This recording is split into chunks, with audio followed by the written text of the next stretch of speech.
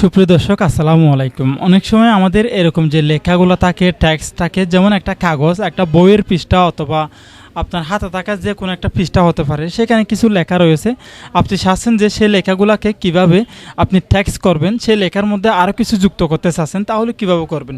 সুপ্রিয় দর্শক, সর্বপ্রথমে আমাদের চলে যেতে হবে একটি গুগল ক্রোম ব্রাউজারে।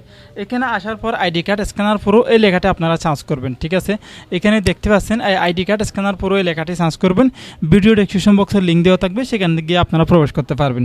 এখানে আসার পরে একেবারে ফ্রিতে আপনারা এই কাজটি করতে পারবেন।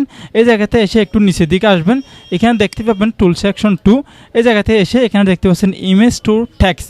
ঠিক আছে, আপনি যে কোনো ছবিকে টেক্সটে রূপান্তরিত করবেন। এখানে ক্লিক করে দিলাম। ক্লিক করার পর এই জায়গাতে আমি সিলেক্ট অর ড্রপ ইমেজ এখানে ক্লিক করলাম। ক্লিক করার পর আমরা একটু নিচের দিকে এসে আমাদের নির্দিষ্ট জায়গা থেকে যে ছবিটি রয়েছে সেই ছবিটা আমরা দিয়ে দেবো। এখান থেকে আমি ছবিটি দিয়ে দিলাম।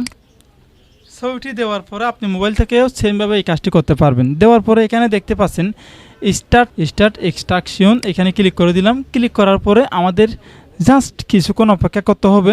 দেখুন আমাদের কাজ অলরেডি কমপ্লিট। আমরা যে ছবিটা এখানে দিয়েছিলাম জেপিজি আকারে লেখার ছবিটা, সেই লেখাগুলো কপি করে আমাদেরকে এখানে টেক্সটে রূপান্তরিত করে দিয়েছে।